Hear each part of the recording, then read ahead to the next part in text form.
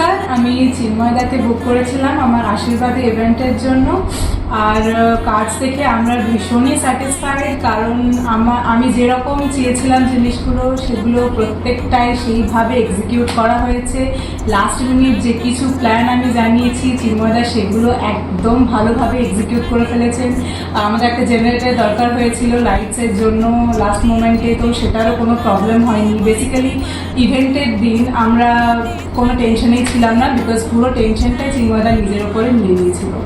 আর কাজ দেখে আমি বা আমার ফ্যামিলি, আমার ফ্রেন্ডস সবাই ভীষণ স্যাটিসফাইড।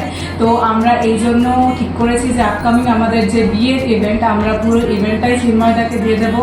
আর চিন্ময়দা শুধু ডেকোরেশন না, মানে পুরো ইভেন্টটাই ম্যানেজমেন্ট করেছেন, starting from the stage decoration, তার সাথে ফুল বা আরও মিউজিক সিস্টেম বা যা কিছু আছে চিন্ময়দা ভীষণ ভালোভাবে এক্সিকিউট করেছেন।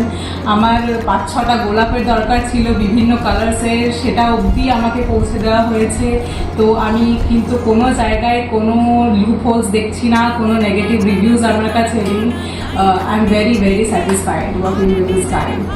Thums up.